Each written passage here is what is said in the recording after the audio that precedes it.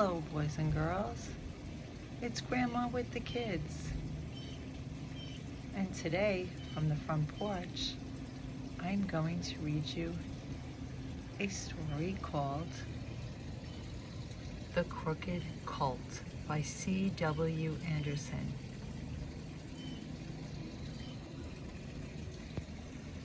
But first, let Grandma get ready.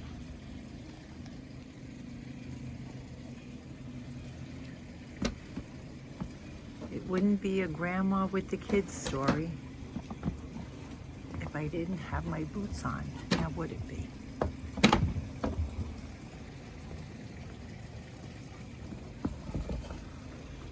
Hold on. Do you like my outfit? What do you think this book is going to be about? A crooked colt. Why did I choose this story today? Because some of you asked for a story about a horse. Okay, I think we're ready. Some snazzy outfit today, huh? Okay, here we go. Very windy here today. Grandma's gonna use this little heart-shaped clothespin to keep the pages open.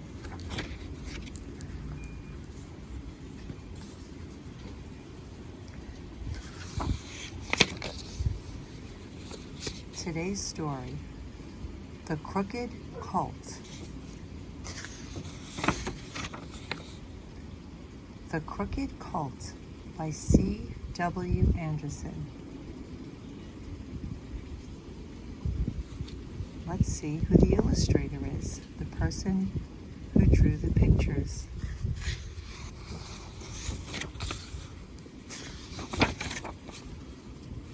I'm looking. I don't see one yet. Let's see if we can find out. Okay. Here's a little clever idea. And look, yellow on the other side.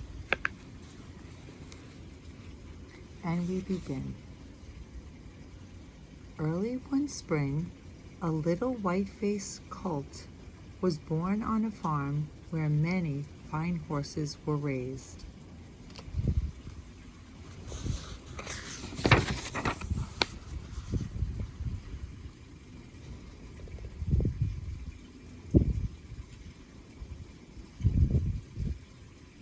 Oh, look what I found. The illustrator is the same as the author, just like yesterday, C.W. Anderson. Aww. Who do you think that is, the mommy? We'll see. Although the mother was very happy to have a little son, she looked worried. The colt was so small, and his legs were so crooked and weak that he fell down every time he tried to stand on them.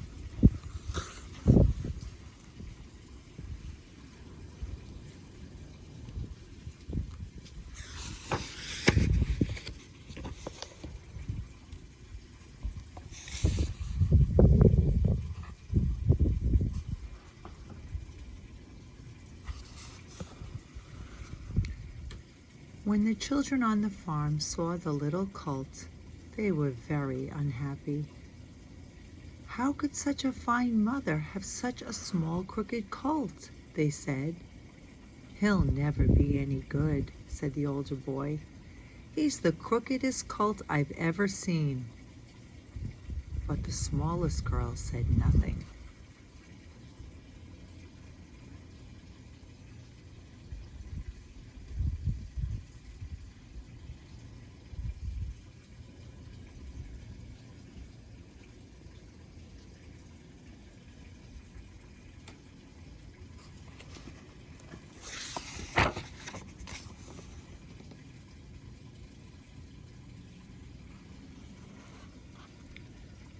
When the others had gone, she sat beside the little colt, whose wobbly legs still would not hold him up. "Don't you feel bad," she said. "Just be brave and keep trying, and you'll be a fine, strong colt someday." The little colt rubbed his soft nose against her arm as if he really understood everything she said.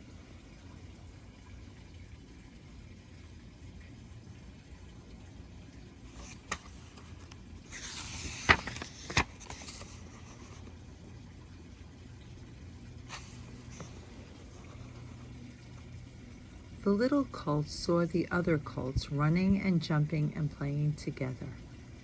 He felt very sad. They were so strong and quick, and he could barely stand up. And each of them had a little halter with a shining nameplate fastened to it. No one bothered to give him a halter or even a name. They just called him the Crooked Colt, and no one ever petted him. No one but the smallest girl.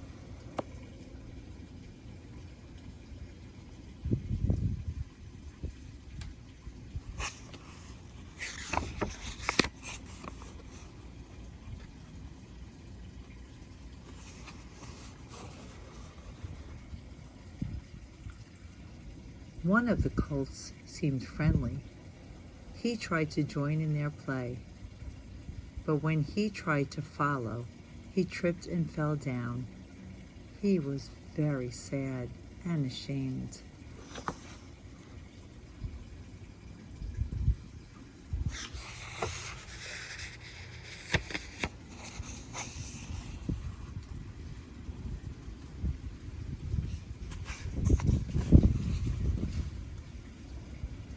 His mother hurried over and tried to comfort him.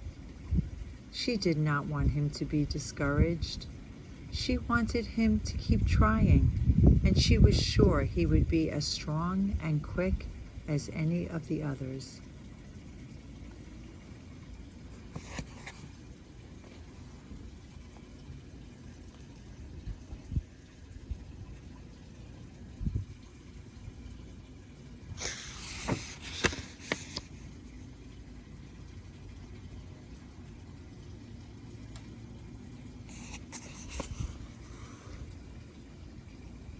The children always came to the gate after school and called to the colts. The one that got there first got the most sugar and a great deal of petting. The crooked little colt watched them dash away, and he felt sadder than ever.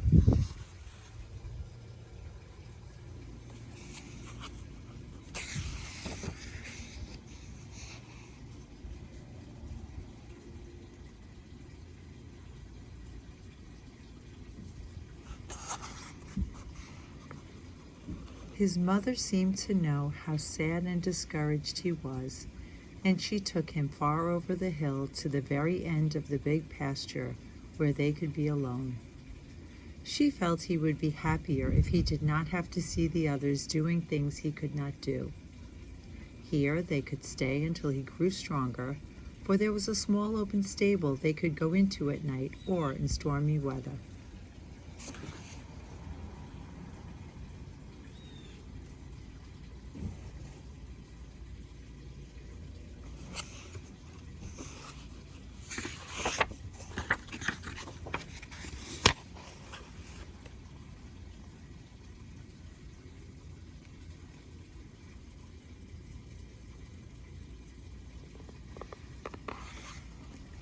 His mother's good milk made him very sleepy, and he lay for long hours on a bed of sweet-smelling clover. The warm sun helped make his body stronger. He often dreamed that he was strong and could race like the wind. When he woke up, he would always try to run a little, and he really seemed to be doing better each day.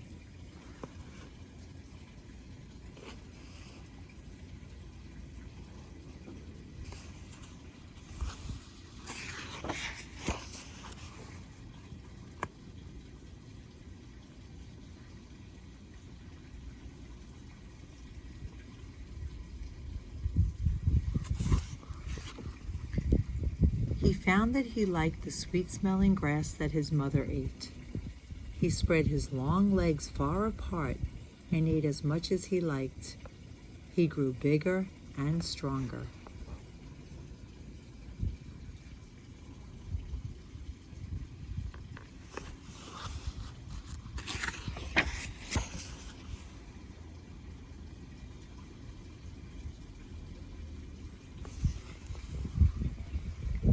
He followed his mother around the fields, trotting slowly beside her.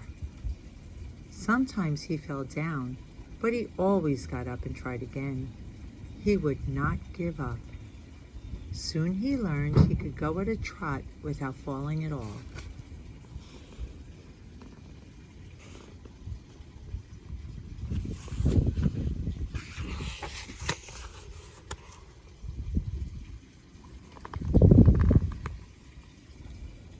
As he grew stronger, his mother would go around the field at such a fast trot that the little colt had to gallop. Can I read that again? As he grew stronger, his mother would go around the field at such a fast trot that the little colt had to gallop. When he found that he could really run, he was the happiest colt in the world. He would practice galloping until he was tired. Then he would lie down for a nap in the soft grass.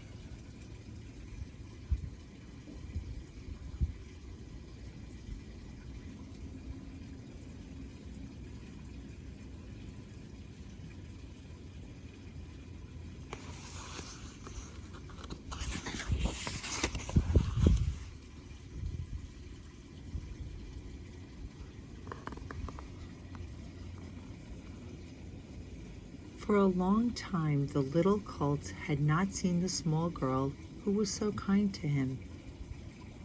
One day she came over the hill and she had carrots and sugar for him. "I've been away and I missed you," she said. "Why?" she cried out. "You aren't a crooked colt anymore. You kept on trying and trying, and now you are a wonderful colt. Wait till my brothers and sisters see you.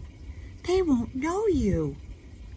She patted him gently, and the little colt was very, very happy.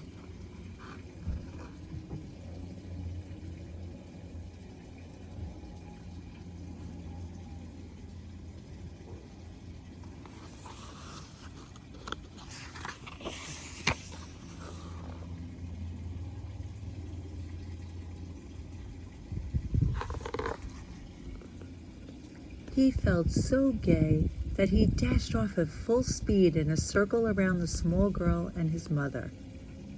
His mother looked very proud, and the little girl clapped her hands and cried, "I really think you are the fastest colt of them all."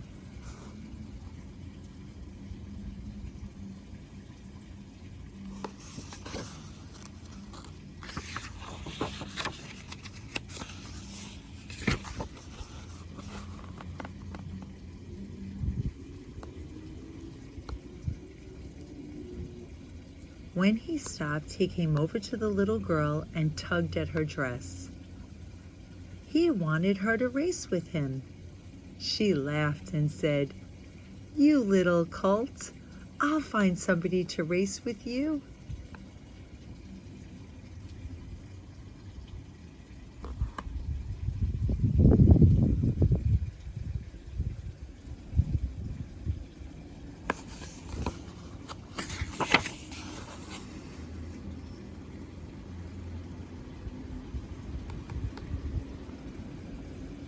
"Come with me," she said as she led the mother over the hill to the pasture where the other colts were.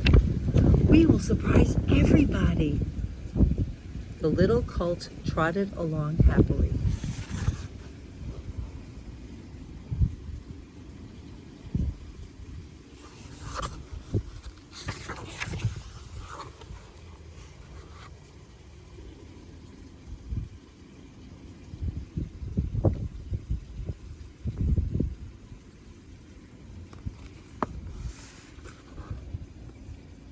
They came to where the other colts were playing. The little colt wanted to join them, for he had never had a playmate. Now he knew his legs were strong, and he could run and jump as well as any of them.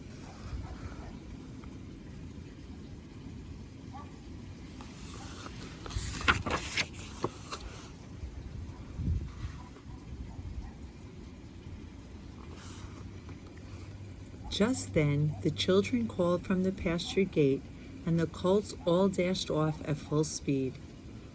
"Go on," cried the small girl to the little colt. "Beat them all." He started off as fast as he could go, and just as in his dreams, he began to catch up with the colts ahead of him.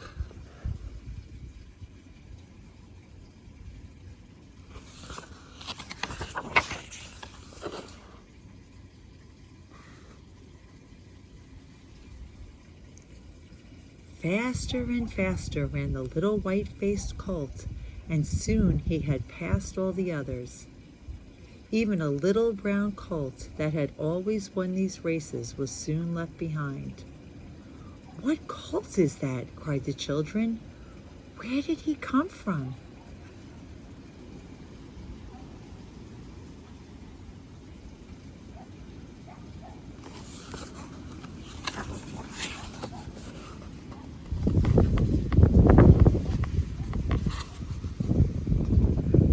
The smallest girl ran as hard as she could to get to the gate. "This is the crooked colt that you thought would never be any good," she said. "But he is a very brave little colt, and he never gave up, and now he is the best of them all." Everybody patted the little colt and gave him sugar, and he was very, very happy.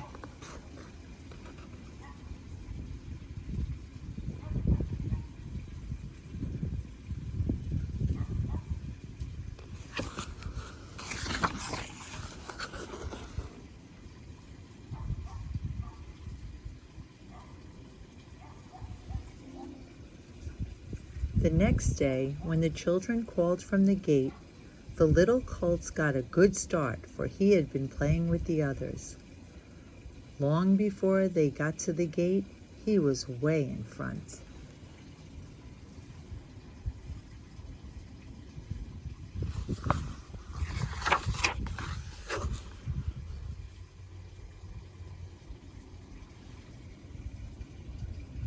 This time he got more than sugar. There was a little halter for him with a shining plate fastened to it, on which was his new name. And around his neck, the smallest girl put a wreath of flowers. "For a brave little colt," she said.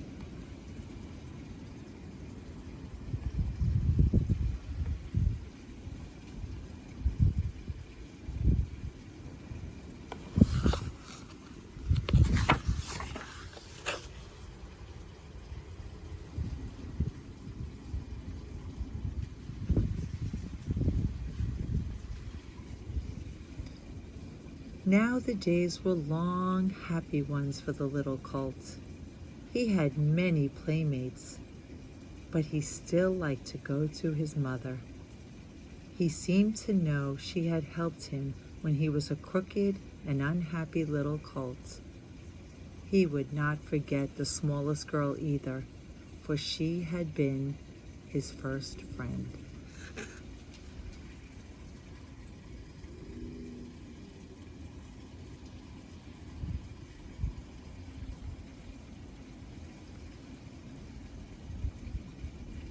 The end.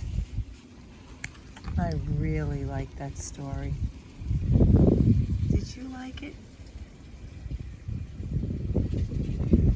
The Crooked Colt by C.W. Anderson.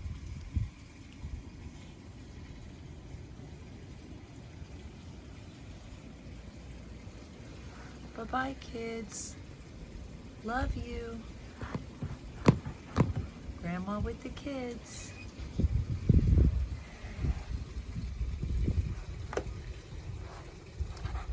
See you next time.